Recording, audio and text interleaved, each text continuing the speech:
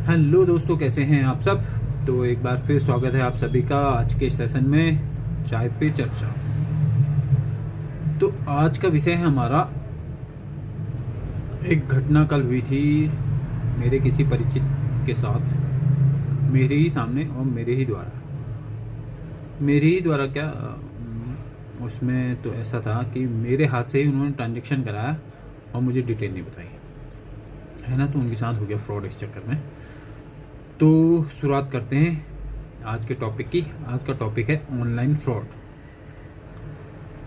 तो दोस्तों, बात ये हुई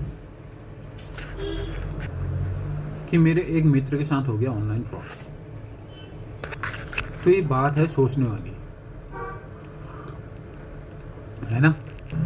ये एक इस टाइप का फ्रॉड है जिसमें आपसे कोई ठग अपने किसी परिचित का नाम लेके पैसे ठग लेता है। और ये घटना कल ही हुई है साक्षात मेरे सामने।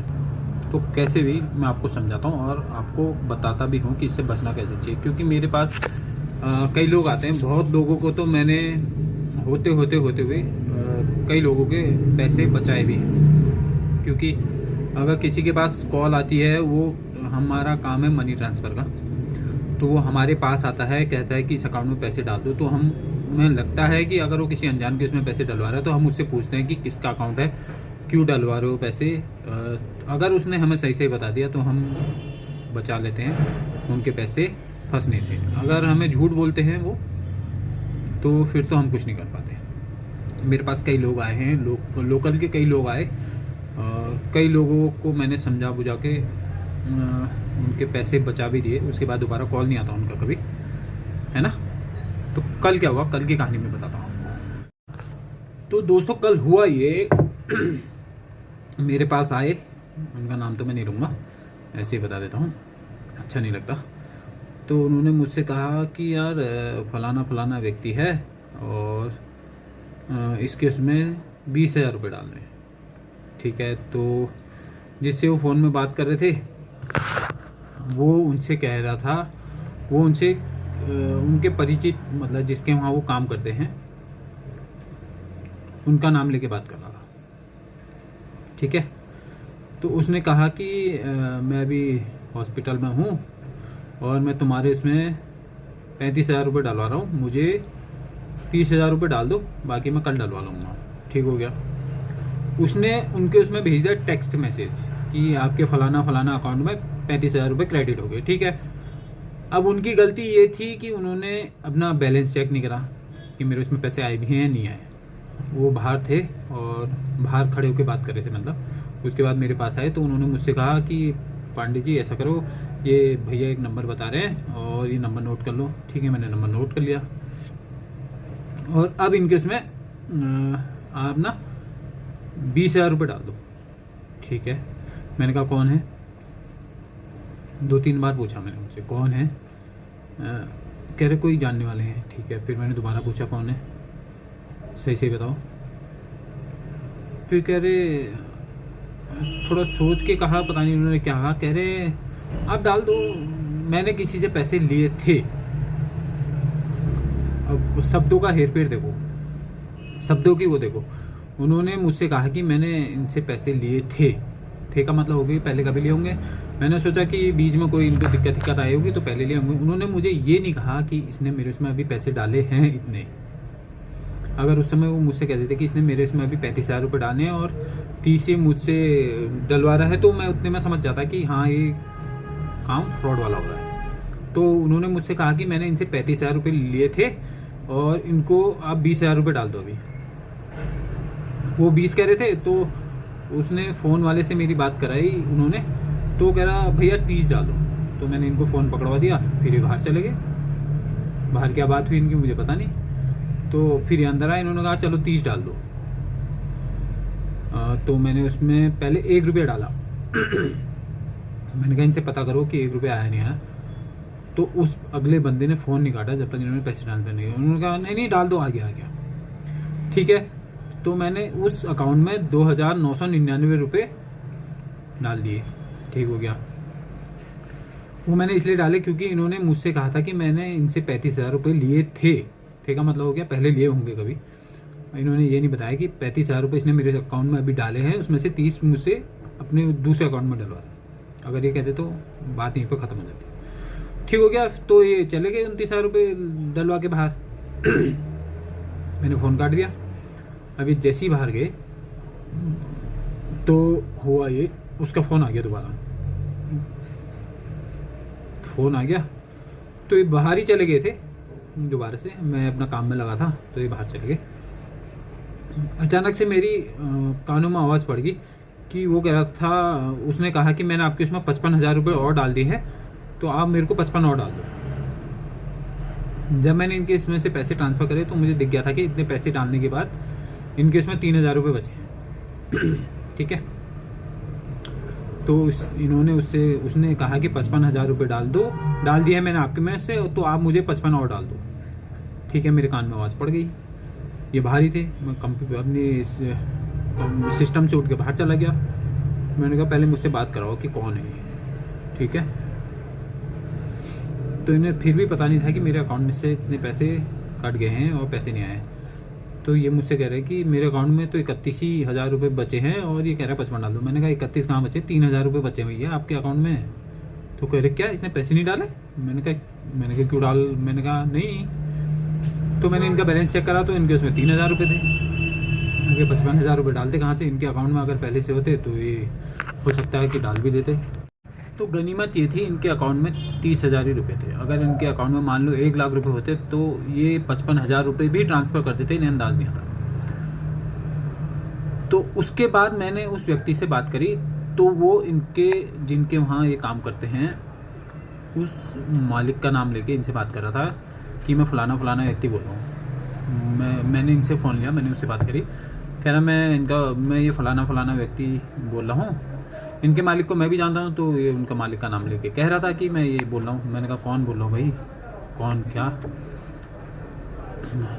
इन्होंने मालिक का नाम लेके बात कर रहा था कि मैं ये बोल रहा हूँ। मैंने कहा कौन ये। तो ठीक है, तो कह रहा है पैसे ट्रांसफ़र कर दो। मैंने कहा बात के पैसे, मैंने कहा किस बात के पैसे डलवा रहे हो आप, 30,000 रुपये क्यों डलवाया आपने इससे, और आप कह रहे हो मैंने इतने पैसे इसके में ट्रांसफ़र कर दिए। मैंने कहा पैसे तो आए नहीं, कहाँ गए पैसे। तो फिर उसने फट फ़ोन काट दिया। ठीक है, तो उसने फ़ोन काट दिया तो मैं समझ गया फ्रॉड हो गया। तो मैंने इनको डांटा, मैंने कहा तुमने मुझे बताई नहीं बात, तुमने मुझसे ऐसा कहा कि मैंने इससे पैसे लिए थे। अगर आप मुझसे कहते कि इसने अभी मेरे उसमें इतने पैसे डाले और इतने ट्रांसफ़र करवाने को बोल रहा है तो मैं मना कर देता उसी समय आपसे। तो फिर मुझे भी मलाल लग गया कि इनके इतने पैसे चले गए। तो फिर उसके बाद मुझे पता था कि क्या करना है। मैं तुरंत फ़ोन कटा जैसे ही मैंने 1930 जो इनका फ्रॉड हो जाता है आपके साथ, तो उसका एक हेल्पलाइन नंबर है, तो मैंने उसमें कॉल करा तुरंत। तो जैसे ही मैंने कॉल करा तो उन्होंने एक नंबर दिया, उसमें मैंने व्हाट्सअप करा हाई करके। तो उन्होंने वहाँ से मुझे एक फॉर्म भेजा जिसमें मुझे डिटेल भर के भेजनी थी। मैंने सारी डिटेल भरी और 15-20 मिनट में इनका फॉर्म सबमिट कर दिया था। ठीक है, उसके बाद एक रिपोर्ट बनाई और जो इनका थाना है वहाँ जमा करी। और फिर इनके पास वहाँ से लिंक आया साइबर क्राइम वालों का। तो जो लिंक आता है उसे 24 घंटे में भेजना होता है। तो मैंने आज फिर उनका वो फॉर्म भर के सबमिट करा। फिर ये मुझे फ़ोन कर रहे थे बार कि पांडे जी क्या होगा, आएगा नहीं आएगा। तो मैंने फ़िलहाल तो कह दिया कि आ भी सकता है नहीं भी, वो तो जो काम हमारे हाथ का था वो मैंने कर दिया है। तो अब मैं बताता हूँ कि इसमें सबसे बड़ी गलती क्या थी इनकी गलती ये थी, एक तो इन्होंने तुरंत कॉल में ही पैसे ट्रांसफ़र कर दिए। ठीक है, जब भी आपके पास इस टाइप का कोई कॉल आए तो तुरंत पैसे ट्रांसफ़र मत करो, 10 मिनट रुक जाओ। 10 मिनट रुक जाओगे तो आपको कुछ ना कुछ विचार आ ही जाएगा, कुछ ना कुछ सोच समझ के आप या किसी से पूछ लोगे या किसी को बता भी दोगे कि मेरे पास ऐसा कॉल आया था और ये मुझसे 10,000 रुपये मांग रहा था। तो मान लिया आपको समझ में ना भी आया हो तो अगला बंदा अगर आपसे कहते एक बार बात कर ले उससे या मेरी बात करवा दे, तो यहाँ पर पैसे बच जाएंगे। ठीक है, तो इन्होंने तुरंत उसी समय, जैसे ही उसने कहा, इन्होंने तुरंत उसी समय पैसे डाल दिया। अगर ये 5 मिनट रुक जाते या मुझे बता देते कि इसने मैसेज करा है, तो मैं समझ जाता कि ये फ्रॉड हो रहा है इनके साथ। उसके बाद इन्होंने मुझे 2 मैसेज दिखाए। एक में उसने मैसेज भेजा थी, ये डेट, ये अकाउंट नंबर फलाना फलाना, 35,000 रुपये क्रेडिटेड। वो इन्होंने बना के मैसेज भेजा था इनके इसमें कि पैसे क्रेडिट हो गए। वही देख के इन्होंने ट्रांसफ़र कर दिया, अपना बैलेंस चेक नहीं करा अकाउंट में कि मेरे अकाउंट में पैसे आए भी हैं या नहीं आए हैं। तो सबसे बड़ी गलती तो ये थी कि इन्होंने अपना बैलेंस चेक नहीं करा। दूसरी बड़ी गलती ये थी कि इन्होंने मुझे नहीं बताई इन्फॉर्मेशन। मुझे बता देते, या वहाँ पर नज़दीक में, तो उस समय था ही मैं, तो मुझे भी बता देते तो इनके साथ ही फ्रॉड नहीं होता। तो इन सब चीज़ों से बचने का सबसे आसान तरीका यह है कि आप पहले तो तुरंत पैसे ट्रांसफ़र मत करो। इतनी इमरजेंसी किसी को भी नहीं होती कि खड़े खड़े उसे वहीं पर पैसे चाहिए। 10 मिनट आप रुक भी जाओगे तो भी आप बच जाओगे।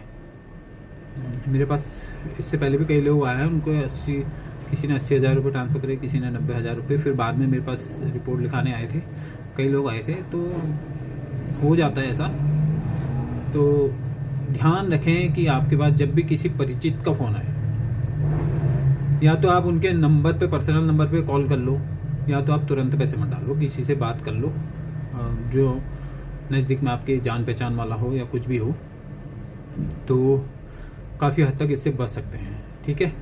और अगर आपको इसके बारे में कुछ पता नहीं है तो अपने अकाउंट में इतने पैसे मत रखो। पहली बात यह है, अगर आपको गूगल पे चलाना नहीं आता है, आपको जानकारी नहीं है ज़्यादा, तो आप अपने अकाउंट में इतने पैसे रखो ही मत। गूगल पे के लिए अलग अकाउंट रख लो, उसमें 5-6 हज़ार रुपये रख लो, जिससे आपका काम चल जाए, ठीक है। और अपना OTP किसी को मत बताओ भाई, सीधी सीधी बात तो यह है, क्योंकि अकाउंट से अचानक पैसे भी कट जाते हैं।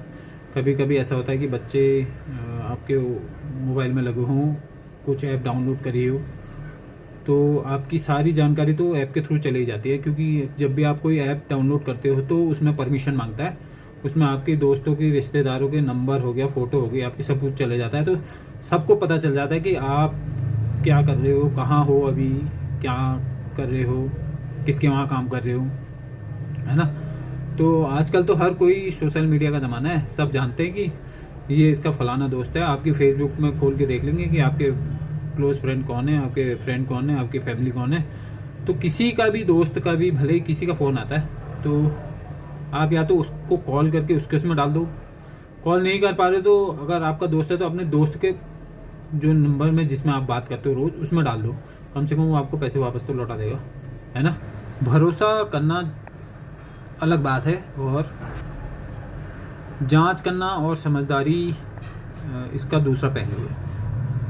क्योंकि ये जो ठग हैं, अभी आपके दिल के जो रिश्ते हैं उनके साथ खिलवाड़ कर रहे हैं। आपके रिश्तेदारों का नाम लेके आपके रिश्तेदारों को हथियार बनाकर आपसे पैसा लूट रहे हैं, ठीक है। तो दोस्तों सोचिए इस बारे में। आज की चाय थोड़ा कड़वी थी, है ना, लेकिन ये बात सच है, और सच्चाई का स्वाद तो थोड़ा कड़वा ही होता है, आप सबको पता ही है। तो दोस्तों फिर मिलते हैं आपके साथ अगली चाय की चर्चा पे किसी और विषय को लेकर। तो आप हमें कमेंट करके बताइए कि आपको आज की चाय की चर्चा का विषय कैसा लगा। तो ये घटना हुई थी, तो मैंने कहा कि और लोग कोई इससे बच जाए तो अच्छी ही बात होगी, इसलिए मैंने आज चाय की चर्चा पे इस विषय को लिया। तो मिलते हैं फिर आपसे। आप सभी का धन्यवाद। नमस्कार, जय हिंद।